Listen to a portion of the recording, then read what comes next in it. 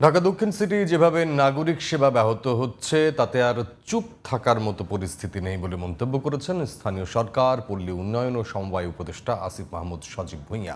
সচিবালয়ে দেশের ৪৪ উপজেলায় আধুনিক পাবলিক লাইব্রেরি নির্মাণে ভিত্তিপ্রস্তর স্থাপনের ভার্চুয়াল অনুষ্ঠান শেষে সাংবাদিকদের প্রশ্নের জবাবে একথা বলেন তিনি।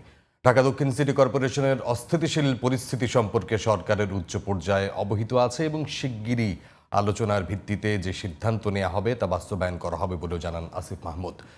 দেশের বিভিন্ন অঞ্চলে সুষম উন্নয়নের লক্ষ্য নিয়ে সরকার কাজ করছে বলেও অনুষ্ঠানে জানান এলজিআরডি উপদেষ্টা। ৪৪টি উপজেলায় লাইব্রেরি স্থাপনে ব্যয় হচ্ছে 23,32,00,০০০ টাকা। এই সরকারে আমরা গুড কোঅর্ডিনেশনের মাধ্যমে কাজ করে থাকি।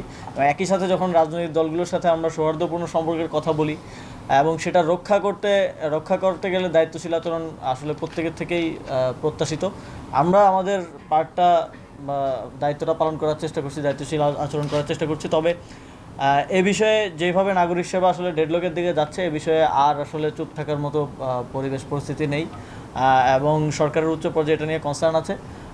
সেখানে আলোচনার ভিত্তিতে যেটা সিদ্ধান্ত আছে আমি সেটাই বাস্তবায়ন করব খুব দ্রুত সময়ের মধ্যেই।